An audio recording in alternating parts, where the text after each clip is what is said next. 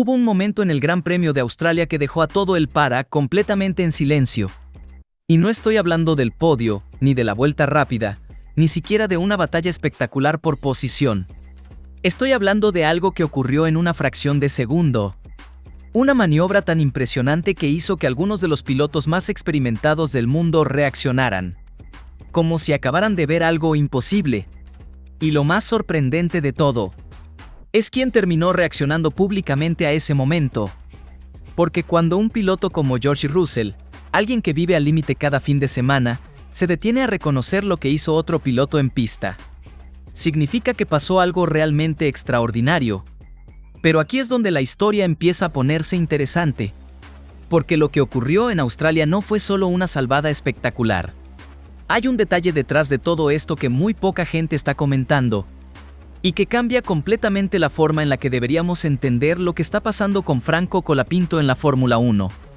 Quédate conmigo hasta el final porque hay una pregunta que muchos están haciendo después de esta carrera. Y la respuesta podría definir el futuro de uno de los pilotos más prometedores que ha llegado a la categoría en mucho tiempo. Ahora bien, para entender por qué este momento generó tanto ruido, primero hay que entender dónde está parado Franco Colapinto hoy dentro de la Fórmula 1. Porque Franco no es un piloto con 10 temporadas en la categoría. No es alguien que haya crecido dentro de una dinastía histórica del automovilismo europeo. No llegó con el apellido más famoso del paddock ni con el camino más fácil. Llegó porque corrió, porque luchó cada oportunidad. Porque cuando finalmente tuvo la posibilidad de subirse a un Fórmula 1, respondió de una manera que sorprendió incluso a quienes ya creían en él. Y si realmente sigues este deporte desde hace años, como muchos de nosotros, sabes que la Fórmula 1 no perdona. No perdona errores. No perdona la inexperiencia. Y sobre todo, no perdona a los que no están a la altura. Pero aquí viene lo interesante. Franco estuvo a la altura. Y en Australia volvió a demostrarlo. De una manera que muy pocos esperaban.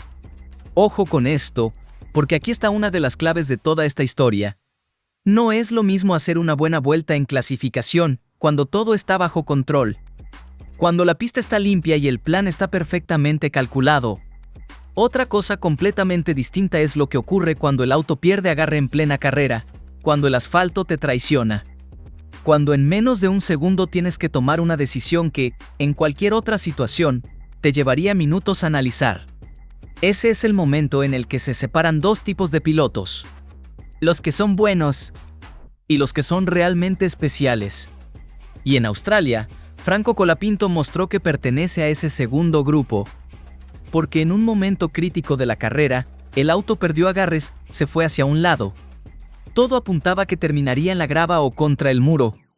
Pero en lugar de eso, ¿lo salvó? Así de simple.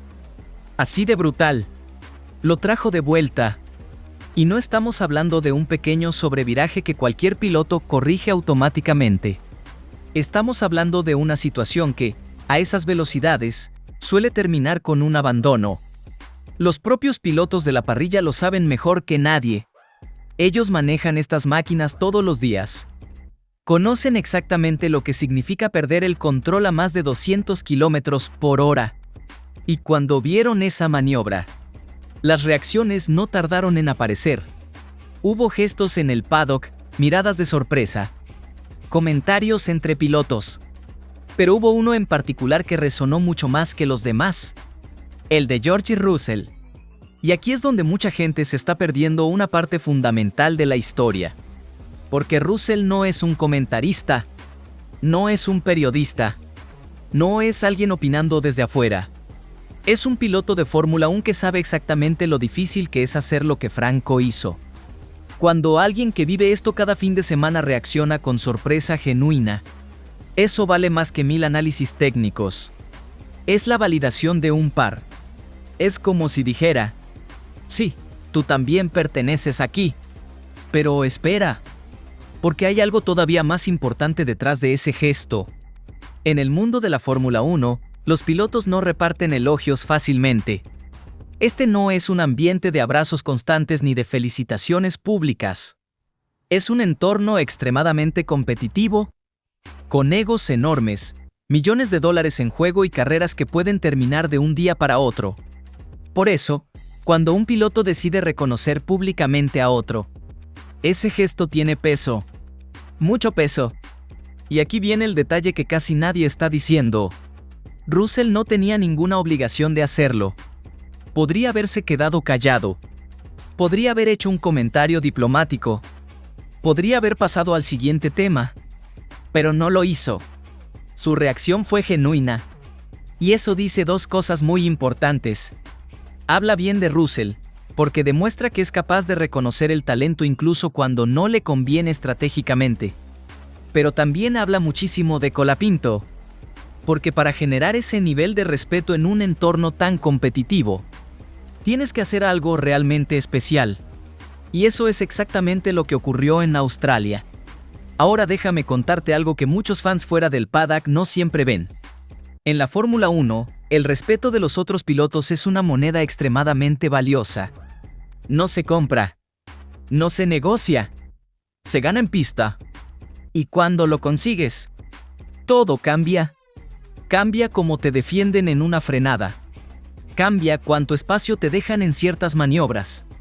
Cambia incluso cómo hablan de ti en las reuniones privadas entre pilotos.